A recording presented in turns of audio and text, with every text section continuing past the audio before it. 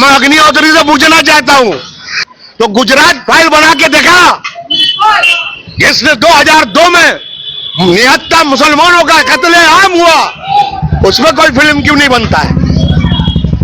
विवेक अग्नि के बाप का हिंदुस्तान नहीं है, बंगाल नहीं है, उनके बाप का नहीं है, यह मगरबी बंगाल है, यह पश्चिम बंगाल है। हिंदुस्तान कल जो सोचता है, बंगाल आज सोचता है, हिंदुस्तान तो बाद में सोचता है। उनके बाप का हिम्मत नहीं है कि यहां वो फिल्म चला के देखा है क्या ऐसी? और हिंदू, अरे हिंदू तो इस देश की पहचान है, हिंदू इस देश की पहचान है। यह नदी जहां से गुजरे समझो हिंदुस्तान है। इस नदी को, इस देश की हर एक कहानी याद है, इसको बचपन याद है, इसको जवानी याद है। ये लिखती नहीं, नौजवानी याद है, ये लिखती नहीं, नौजवानी याद है। अब नदी को कौन बतलाए ये पाकिस्तान है, ये जहां से गुजरे समझो हिंदुस्तान है। तो इस नदी को सब याद है। ये अग्निहोत्री से पूछिए बिल्किस बानो के साथ जो हुआ, इस पे फाइल क्यों नहीं बनाते? पैसा कमाने के लिए बेईमान, पैसा कमाने के लिए, हिंदू और मुसलमान को जुदा करने के लिए, भारत को तोड़ने के लिए ये सारी फिल्में बनाई जा रही हैं।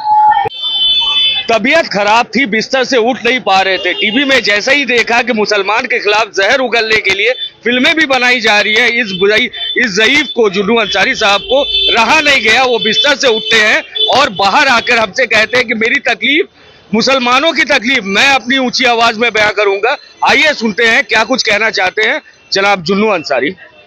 देखिए, सबसे पहले जिसने वो फाइल बनाया, इससे पहले उसने कश्मीर फाइल बनाया और किसी ने ऑब्जेक्शन नहीं किया। कश्मीर फाइल के ऊपर फिल्म चला, देश में नफरत फैला, हिंदू मुसलमानों में दूरी बढ़ी। ये सारा काम किसके इशारे में हो रहा है? कौन इसका जिम्मेदार है? उसका जवाब चाहिए हमें। और अभी जो कुछ दिन पहले बंगाल फाइल, जिसका शो करने के लिए क्या नाम, विवेक अग्निहोत्री, बंगाल फाइल शो करने के लिए वो बंगाल में आए थे। लोगों ने ऑब्जेक्शन किया, इसलिए बंगाल के लोग जिंदा लोग हैं, ये मुर्दा कौम नहीं है। यहाँ के लोग ये जिंदा लोग हैं। तमाम हिंदू मुसलमान मिलकर उसका मुखालफत किया। मैं अग्निहोत्री से पूछना चाहता हूं, तो गुजरात फाइल बना के देखा जिसने 2002 में 73 मुसलमानों का कत्लेआम हुआ, उसमें कोई फिल्म क्यों नहीं बनता है? नहीं तो आपको लगता है कि विवेक अग्निहोत्री की सच्चाई तो आप छोड़ दीजिए, वो एजेंट की तरह काम कर रहा है, एक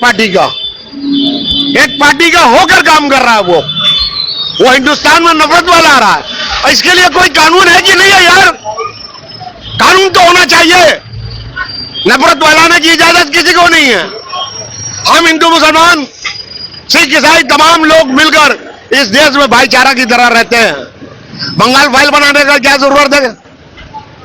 इसका कारण क्या है? आपको पहले उसमें नजरसानी करनी होगी। पहले व्हाट्सएप यूनिवर्सिटी था, अब क्या सिनेमा से इतिहास सीखेंगे हम? देखिए, इतिहास तो बदलने की बात हो रही है। अच्छा, आप पार्लियामेंट में देखिए क्या हुआ ये बिल को लेकर। जो 30 दिन जेल में रहेगा उसका मंत्री पद चला जाएगा। ये कौन सा कानून आप बनाना चाह रहे हैं? तो आप किसी को भी 30 दिन ईडी के जरिए, सीआईडी के जरिए, पुलिस के जरिए अंदर करके उसका वो आप मंत्री पद खा जाइएगा। ये तो डिक्टेटरशिप चल रहा है। एक पार्टी की हुकूमत है, जो मनमानी आ रहा है वो कर रहा है, जिसका नाम नरेंद्र मोदी है, उसके साथ अमित शाह है। 3 लोग देश को चला रहे हैं, 4 लोग, अडानी, अंबानी, मोदी और अमित शाह। सारे गुजराती भाई, जितने लोग हैं सब गुजरात से ताल्लुक रखते हैं, और इसलिए गुजरात फाइल नहीं बन रहा। गुजरात फाइल कभी बनेगा भी नहीं, कभी बनेगा नहीं। आप उठाइए, बाबरी मस्जिद से लेकर फांसी के फंदे तक जितने मुसलमानों को फांसी हुई है, सब दौरे हुकूमत, मोदी के दौरे हुकूमत में हुई है। कारण क्या? किसी को आतंकवादी बोल के मारा गया, किसी को मुसलमान है, इनका ताल्लुक दाऊद इब्राहिम से है, ये बोल के मारा गया, किसी को जमीन और का माफिया बोल के मारा गया। ये अतीक अहमद के साथ क्या हुआ यूपी में? मुख्तार अंसारी के साथ क्या हुआ? तो सारा टारगेट मुसलमानों को क्यों बनाया जा रहा है? क्या हम इस देश के लोग नहीं हैं? क्या हम इस देश के लिए कुर्बानी हमारे बुजुर्गों ने नहीं दी है? क्या हमारे बाप दादाओं ने कहा था कि पाकिस्तान बनाना चाहिए? अगर पाकिस्तान हमारे बाप दादा बनाए होते तो आज हम लोग पाकिस्तान में होते। कौन सा सीन में बंगाल फाइल्स में आपको तकलीफ है, ये जरा बताएं। देखिए, बंगाल फाइल बनाएगा क्यों? बंगाल में हुआ क्या है? इसलिए कि बंगाल अमन और शांति से चल रहा है। ममता की हुकूमत है, ममता सारे जाति के लोगों को एक साथ लेकर चल रही है। और सबसे बड़ा कारण जानते क्या है? यहाँ 30% मुसलमान होना, उस मरदूद ने कहा यहां 2 कानून चलता है, मुसलमानों का एक कानून और एक कानून हिंदुस्तान का। आप बोलिए तो यहां क्या 2 कानून चलता है? जो कानून बाबा साहब अम्बेडकर ने बना दिया, उस कानून पे पूरा हिंदुस्तान चलता है। उसी कानून की तो लड़ाई राहुल गांधी लड़ रहे हैं। उसी कानून की लड़ाई सारे अपोजिशन मिलकर लड़ रहे हैं। आज लड़ाई तो इस बात की है, देश बचेगा कि कानून बचेगा। इस लड़ाई को तो सब लोग मिलकर लड़ रहे हैं। क्या लगता है वोट चोरी जो हो रहा है उसको लेके जो राहुल गांधी कदम है, कैसा कदम है? शानदार कदम है, लाजवाब कदम है।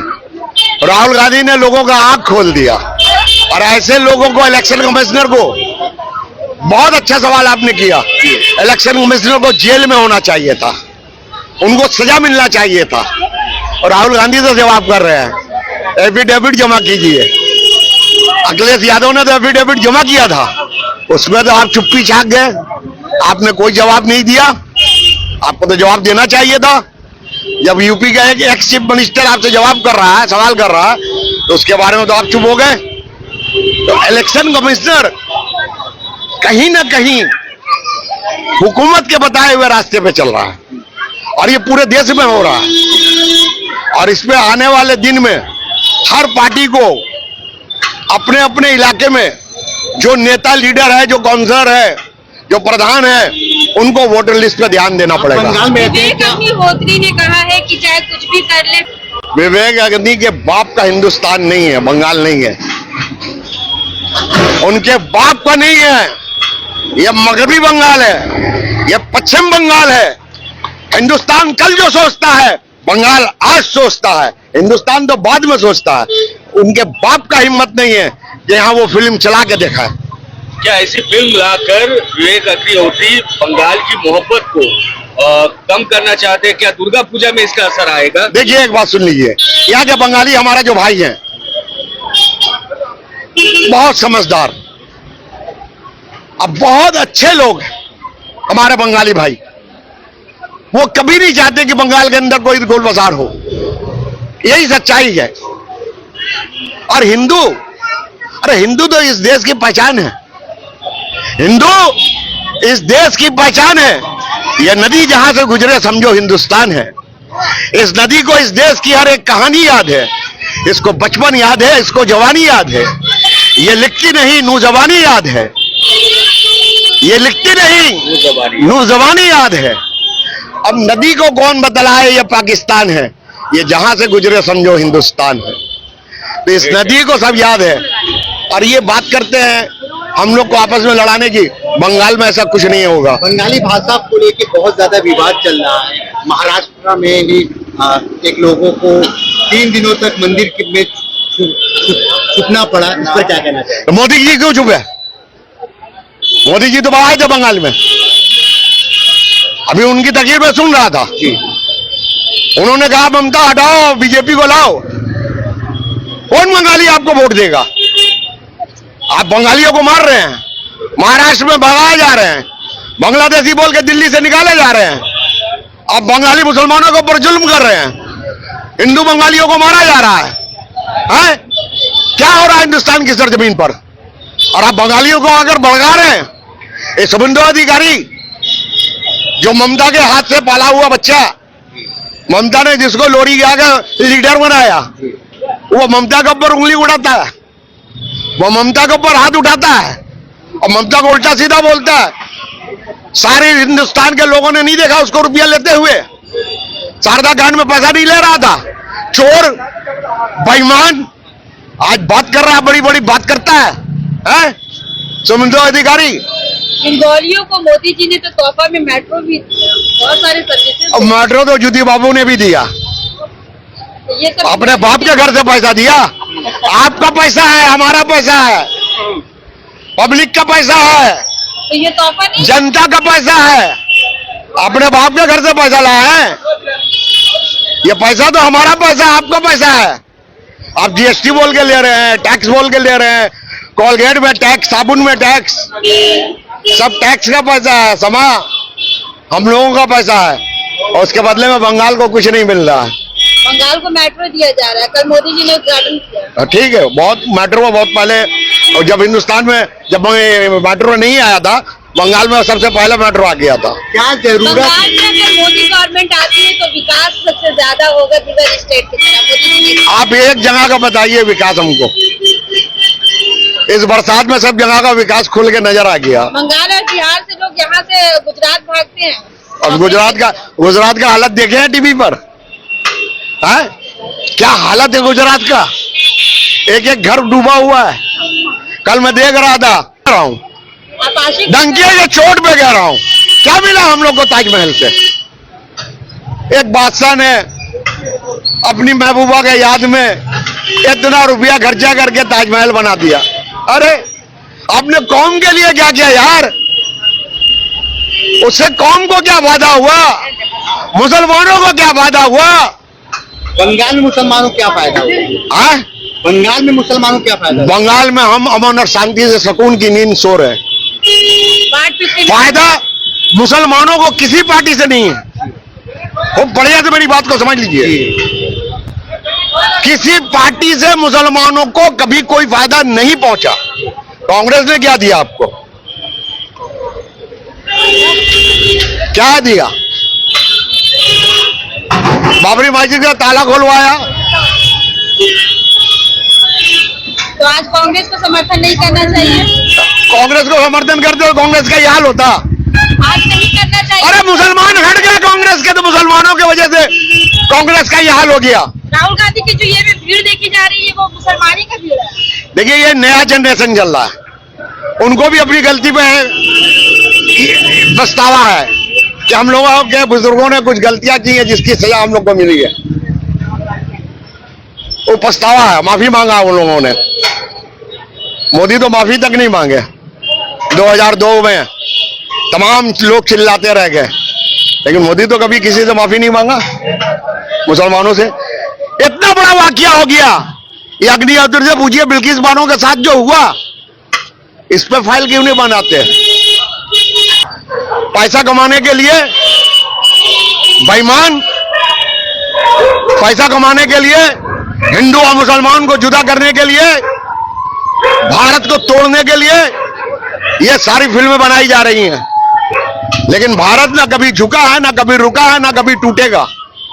हम हिंदू मुसलमान जिस तरह भाईचारे से एक साथ रहते हैं, इसी तरह रहते हुए आएंगे, कोई जितना कोशिश कर ले। क्या आप बंगाल फाइल्स के लिए सिर्फ यहीं पर खड़े होकर बोलिएगा या जहां पर फिल्म लगेगा वहां जाके काला झंडा दिखाइएगा? आप एक बात सुन लीजिए, जुन्नू अंसारी का खूब कान में तेल वेल दे के, ना मैं अग्निहोत्री से डरता हूं, ना उनके बाप से डरता हूं, ना मैं मोदी जी से डरता हूं, ना उनके आरएसएस के लोगों से डरता हूं।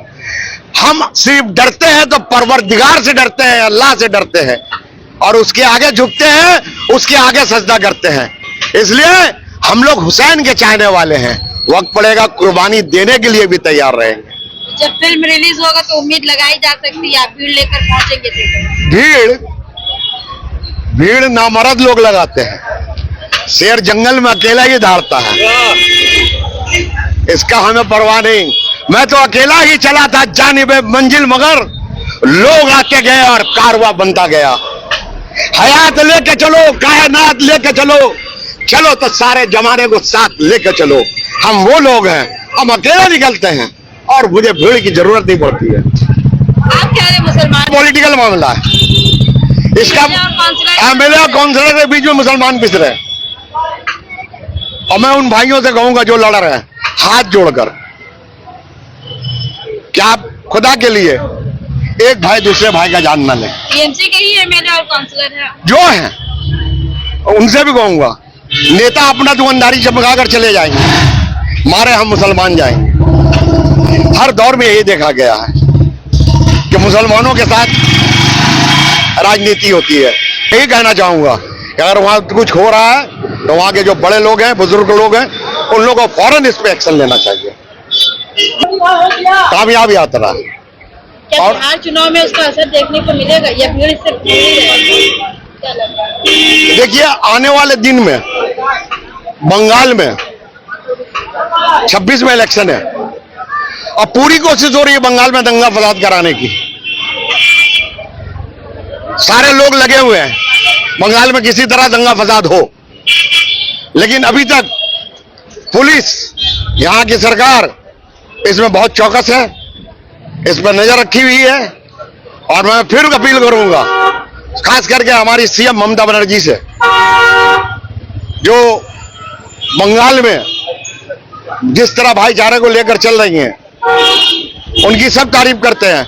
उनका गुनाह सिर्फ ममता बनर्जी का ये है, बिचारी का, कि मुसलमानों को क्यों मानती हैं, और कोई गुनाह नहीं है उनका। उनका गुनाह सिर्फ ये है कि मुसलमानों की इतनी अहमियत क्यों देती हैं, वो मुसलमानों से इतना प्यार क्यों करती हैं। नौशाद सिद्दीकी बहुत बड़े नेता हैं, आप नहीं मानते? बहुत बड़े नेता हैं, वो नहीं मानते उनको। वो एजेंट की तरह काम कर रहे हैं। किसका एजेंट? हाँ, किसका एजेंट? अपोजिशन के एजेंट, अपोजिशन में सीपीएम के एजेंट, अपोजिशन के एजेंट बन के काम कर रहे हैं। नौशाद सिद्दीकी को क्या तकलीफ है ममता बनर्जी से? पुरपुरा शरीफ तक ममता बनर्जी ने बाकायदा बाईपास बना दिया, सड़क बना दिया है। क्या चीज को उनको तकलीफ है ममता बनर्जी से? आपके होंगे हर सपने साकार, चालू करो अपने कपड़ों का व्यापार। मैन्युफैक्चर प्राइस में माल देंगे भैया। कुर्ती 55 से चालू हो जाता है, साड़ी 115 से चालू होता है। 15,000 प्रोडक्ट आपके लिए इंतजार कर रहा है। कब तक न्यूज देखोगे? ये समय आ गया है न्यूज बना